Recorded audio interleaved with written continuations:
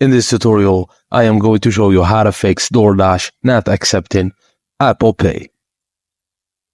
First method is to check your Apple Pay setup. Open your wallet app and ensure that your Apple Pay setup is correct.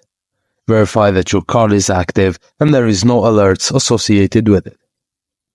2. Update DoorDash app. Outdated apps can use payment issues. Just check the App Store for any available updates for your DoorDash app. 3. Verify Apple Pay availability on DoorDash.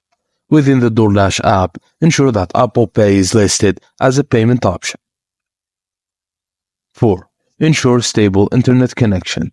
Sometimes a stable internet connection is crucial for payment processing, and if you have any problem with your internet, you can find a problem processing payments with Apple Pay on DoorDash.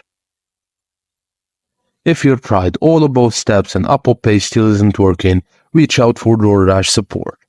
You can find their contact information within the app or on their website. And that's it, guys. Thank you for watching, and please don't forget to like and subscribe for more.